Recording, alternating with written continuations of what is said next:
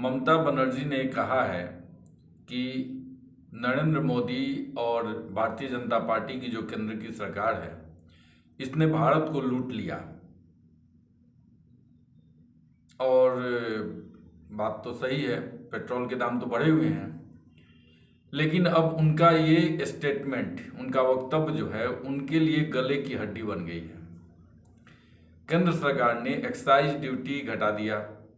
अब excise duty घटाने के बाद पेट्रोल राज्यों के अनुसार 9-10 रुपये कम हो गया। हर राज्य में 9 रुपया 10 रुपया तक कम हो गया। अब बारी थी राज्य सरकारों को। नरेंद्र मोदी ने चैलेंज दे दिया कि हमने तो घटा दिया, अब तुम भी अपना वैट घटाओ। लेकिन अभी तक कोई भी राज्य सरकार पेट्रोल पर लगे हुए वैट को घटाने को तैयार नहीं है, क्योंकि उनका मुख्य जो राजस्व का स्रोत है वो पेट्रोल, डीजल और गैस है। कल तक जो कह रही थी कि नरेंद्र मोदी और भाजपा ने देश को लूट लिया, देश को भिखारी बना दिया, आज वही ममता बनर्जी जब उनके राज्य में वैट घटाने की बात हो रही है तो चुप्पी साध ली है, उसमें कोई निर्णय नहीं ले पा रही हैं। इसके अलावा एक दूसरा स्टेटमेंट उनका आया कि अभी नरेंद्र मोदी जो हैं वो स्टालिन और हिटलर की तरह व्यवहार कर रहे हैं। अब इस बात का थोड़ा दूरगामी असर क्या पड़ेगा, इसको भी समझ लीजिए। हिटलर वो आदमी था जिसने कंसंट्रेशन कैंप बना करके यहूदियों को मारा था, टॉर्चर कर करके मारा था। वो मतलब भयानक इतिहास का बहुत ही काला अध्याय है वो। अब नरेंद्र मोदी पता नहीं किसको कंसंट्रेशन कैंप में रख के मार रहे हैं, ये हमें पता नहीं, लेकिन ये नरेंद्र मोदी से घृणा करने वाले लोग क्यों घृणा करते हैं, आज हम उसका भी विश्लेषण करेंगे। लेकिन सोचिए किस हद तक चले गए हैं कि सत्ता के लालच में नरेंद्र मोदी की तुलना हिटलर से कर रहे हैं। स्टालिन रसिया का शासक था जो ये बोल्शेविक क्रांति के बाद आया, वहाँ कम्युनिस्ट और बहुत ही क्रूर कम्युनिस्ट शासक था। उसने अपने विरोधियों को चुन चुन के मार डाला। अब नरेंद्र मोदी ने किस विरोधी को मार डाला है, सोचिए कितना बड़ा आरोप, इतनी बोलने की हिम्मत, फिर भी ये कहते हैं कि देश में अघोषित इमरजेंसी है। कहने का मतलब अगर इतना भी नहीं रहता तो ये क्या क्या बोलते, आप सोच सकते हैं। और इसमें मेरा विश्लेषण क्या है कि ममता बनर्जी का थोड़ा सा उनके बारे में पहले चर्चा कर लेते हैं। ये वही ममता बनर्जी है जिनके राज्य में, पश्चिम बंगाल में, जब स्थानीय निकाय का चुनाव होता है, लोकल बॉडी का, पंचायत का चुनाव होता है, नगर पालिका का चुनाव होता है, तो अपने विरोधी उम्मीदवारों को उसमें नामांकन तक नहीं करने दिया जाता है और सभी सीटें तृणमूल कांग्रेस जो है वो निर्विरोध जीत जाती है, बहुत सारी सीटें। और जो उसमें उम्मीदवार बनता भी है उसके घरों में आग लगा दी जाती है, उसको पश्चिम बंगाल छोड़ने के लिए बाध्य किया जाता है। वैसे प्रदेश की मुख्यमंत्री अब ये नरेंद्र मोदी पर आरोप लगा रही हैं।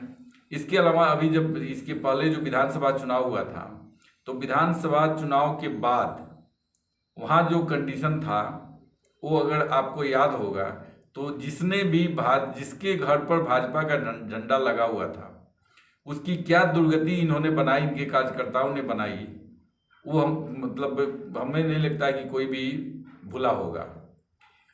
और तो और छोड़िए, ये तो सामान्य कार्यकर्ता है। अमित शाह जैसा पावरफुल भारत सरकार का गृह मंत्री, वो जब रैली करने कलकत्ता में जाते हैं, कोलकाता में, तो वहाँ पर उनकी क्या हालत की जाती है। वो खुद बोले कि मैं बच के आ गया, यही बहुत बड़ी बात है। अब जैसा आपको पता है कि राज्य में तो सुरक्षा की जिम्मेवारी राज्य सरकारों की होती है, वहाँ पर लॉ एंड ऑर्डर राज्य सरकार के अंतर्गत आता है। तो वहाँ पर अमित शाह जैसे गृह मंत्री के ऊपर जो तृणमूल कांग्रेस ने जो अटैक कराया, वो जेपी नड्डा के ऊपर जो अटैक हुआ उसको भी याद कर लीजिए।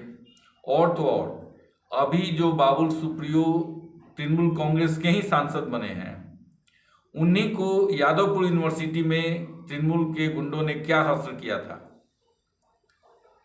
हाई कोर्ट ने ममता बनर्जी के लिए क्या कहा, बंगाल में कलकत्ता हाई कोर्ट की बात कर रहा हूँ।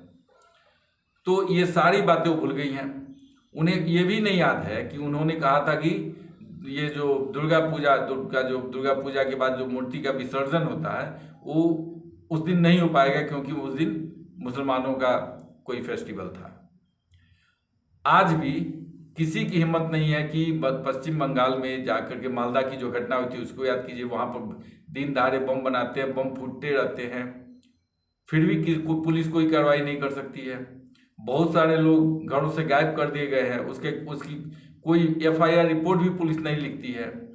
उस प्रदेश की मुख्यमंत्री ऐसी क्रूर और सच पूछे तो लॉ एंड ऑर्डर की मामला में निकम्मी सरकार की मुखिया वो ममता बनर्जी जब नरेंद्र मोदी पर कटाक्ष करती है, उन्हें हिटलर और स्टालिन कहती है, तो हमें सचमुच में कौन सा शब्द दिया जाए। इसको कहा, अगर एक कहावत है 70 चूहे खाकर बिल्ली चली हज को, तो शायद ये कहावत भी उन पर सही लागू नहीं होता है, क्योंकि ये उससे भी बदतर स्थिति की हुई है पश्चिम बंगाल का। अब ये चीफ मिनिस्टर कहती हैं कि नरेंद्र मोदी बहुत अलोकतांत्रिक है।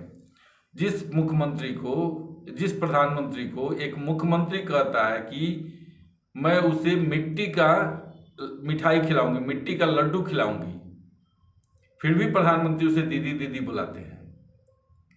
अब ऐसे में सोचिए कि हमारा जो राजनीतिक विमर्श है वो किधर जा रहा है।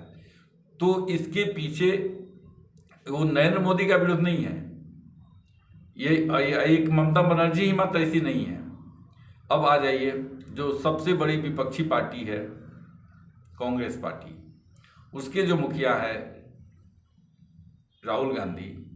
अब ये अघोषित मुखिया कहिए, ये इनका देश में तो कोई सुनने वाला है नहीं, और जब भी देश में भी रहते हैं तो आग ही लगाने का काम करेंगे। ये अलग बात है कि उनके बात की कितनी वैल्यू है देश में, वो भी सबको पता है। वो तो कभी आलू से सोना निकालेंगे और कभी कहते हैं कि मुझे जो मज़ा आता है उस मज़ा मैं सारे देशवासियों को देना चाहता हूँ। तो वैसे जो नेता हैं उनके बारे में तो खैर कुछ नहीं कहा जा सकता, क्या मतलब सीरियस नेता तो है नहीं, फिर भी इस नॉन सीरियस नेता के मुंह से जो उनके चमचे हैं वो क्या क्या कहलवा रहे हैं। और चूंकि वो कांग्रेस के पूर्व अध्यक्ष हैं तो स्वाभाविक रूप से उनकी बातों को इंटरनेशनल मीडिया जो है वो तवज्जो देती है। अब अभी जो कैम्ब्रिज यूनिवर्सिटी में एक प्रोग्राम हुआ था, अब देखिए उसमें भी झूठ कितना बोला जाता है। कैम्ब्रिज यूनिवर्सिटी में कभी भी यूनिवर्सिटी ने कोई प्रोग्राम आयोजित नहीं किया था।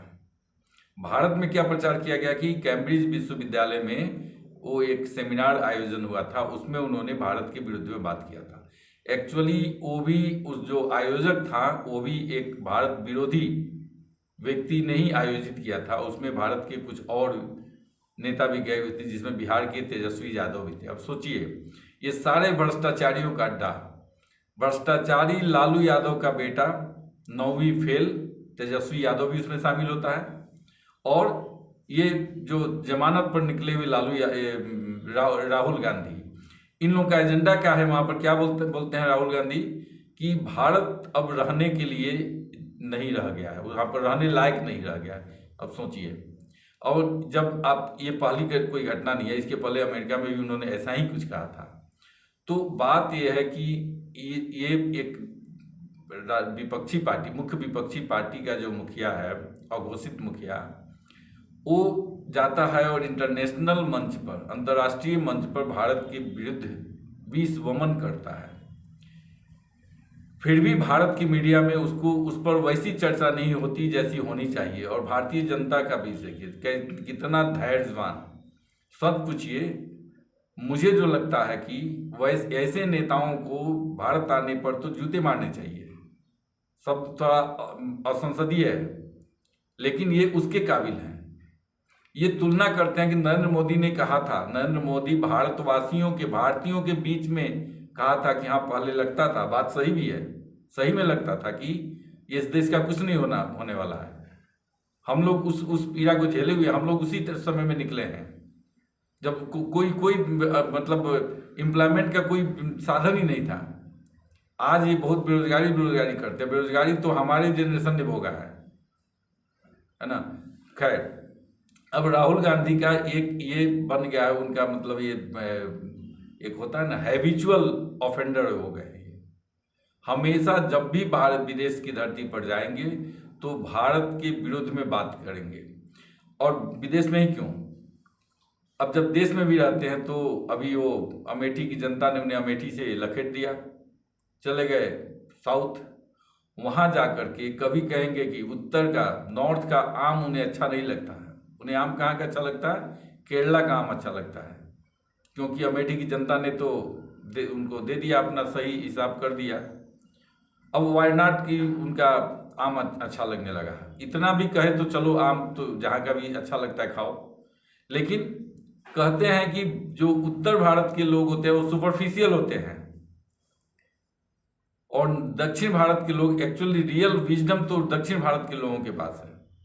सोचिए, उसका पूरा खानदान जिंदगी भर प्रतिनिधित्व किया उत्तर भारत से, और उसी उत्तर भारत को गाली दे रहा है, और उत्तर भारत की जनता है जो उसे अभी भी वोट देगी, ऐसा वो सोचता है। दे तो नहीं रही है, लेकिन फिर भी कुछ जगह ऐसा है जहाँ, अब छत्तीसगढ़ भी उत्तर भारत में ही आएगा, मध्य भारत कहिए उसको, तो वहाँ पर छत्तीसगढ़ में आखिर कांग्रेस की सरकार तो है, मध्य प्रदेश में भी एक अच्छा विपक्ष है।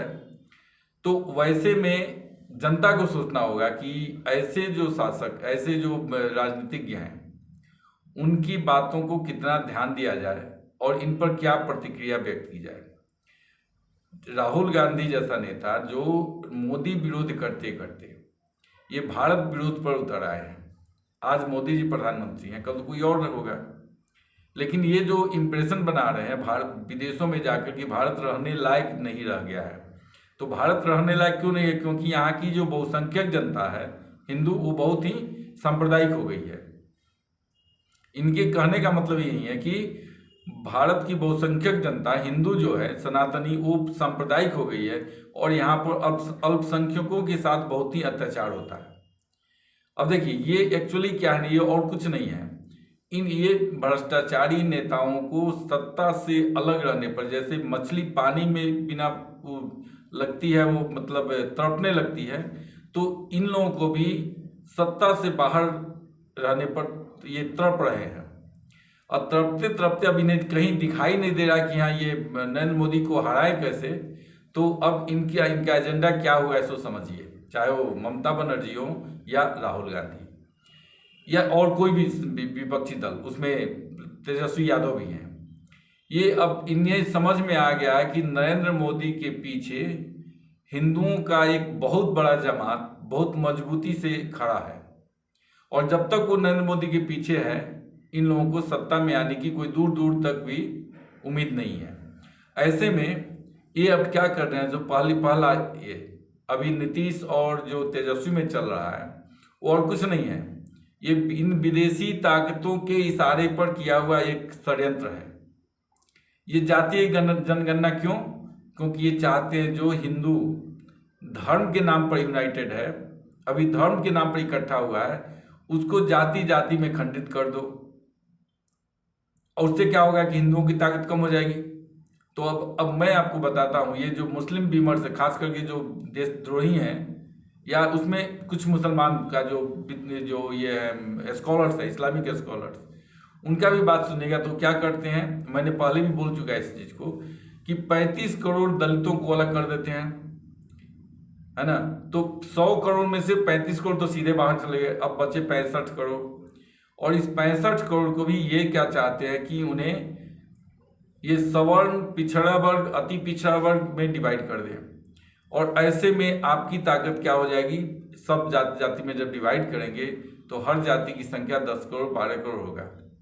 तो कहने का मतलब जो बहुसंख्यक होगा वो कौन हो जाएगा? मुसलमान। तो इन्हें क्या लगता है कि मुसलमानों का वोट तो भाजपा का डर दिखाकर हम ले ही लेंगे, जैसे भी लेंगे, और उनके पास कोई विकल्प भी नहीं है, उनमें वो भाजपा, जबकि रियलिटी क्या है कि 10 साल से 8 साल से केंद्र में और कई राज्यों में वर्षों से भाजपा की सरकार है। गुजरात में तो 25 साल से ज़्यादा हो गया, मध्य प्रदेश है, राजस्थान है, लगभग बहुत सारे राज्यों में भाजपा की सरकार रही है। तो क्या मुसलमानों को देश से बाहर निकाल दिया गया?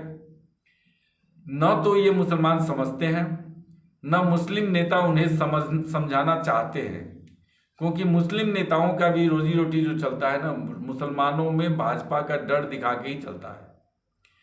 वो कैसे चलता है, तो उनकी जो जो मांग रहती है, डिमांड रहती है और पॉलिटिकल पार्टीज में, वो इसलिए होती है कि मुसलमानों में वो डर दिखाएं और मुसलमानों को भाजपा के अगेंस्ट में यूनाइट करें।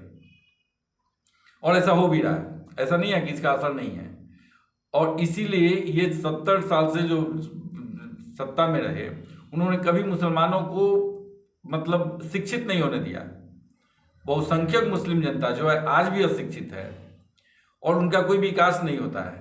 वो चाहते नहीं है कि उनका विकास हो, उनके एरिया में भी स्कूल कॉलेज खुले या उन्हें जो आधुनिक शिक्षा है वो दिया जाए, कुछ नहीं। ये चाहते हैं कि वो वैसे ही जाहिल बने रहे, ताकि ये जो मुस्लिम लीडर कहेंगे उसकी उनकी बातों पर विश्वास करेंगे और उसको इस्लाम के नाम पर भाजपा के विरुद्ध में इकट्ठा कर लेंगे। अब 20% जो मुसलमानों का वोट है वो तो 100% एक जगह जाएगा। वो विपक्षी पार्टी, चाहे वो जो भी पार्टी होगी, समाजवादी पार्टी हो, राष्ट्रीय जनता दल हो या कांग्रेस हो या बंगाल में ममता बनर्जी हो। अब बाकी जो 80% है उसको ये लोग खंड खंड करना चाहते हैं, दलित के नाम पर, विभिन्न जातियों के नाम पर। दलित के अलावा भी उसमें सवर्ण को भी ब्राह्मण, भूमियार, कायस्थ, राजपूत में बांटेंगे। जो पिछड़ा वर्ग है उसको यादव, कुर्मी, कुशवाहा और अन्य जातियों में उसको डिवाइड कर देंगे। तो एक जाति की संख्या 5 करोड़, 7 करोड़, 10 करोड़ ऐसे हो जाएगी। इनका मेन हिडन एजेंडा यही है। इन्हें पता चल गया है कि भाजपा और नरेंद्र मोदी से सीधी टक्कर ये नहीं ले सकते हैं, तो ये जातीय जनगणना की बात उठाते हैं, मुसलमानों को डर दिखाते हैं भाजपा का, और ये यही सब करके ये भारत विरुद्ध, भारत को टुकड़ा टुकड़ा करके चाहते हैं ये शासन करना। अब सोचना आपको है, हमको है कि ऐसे नेताओं की बातों पर हम लोग कितना विश्वास करें। सबका अपना अपना मत है, ये मेरा पॉइंट ऑफ व्यू था। मैंने बोला कि हाँ, इनका जो उद्देश्य है ये है। आप इससे सहमत भी हो सकते हैं, नहीं भी हो सकते हैं।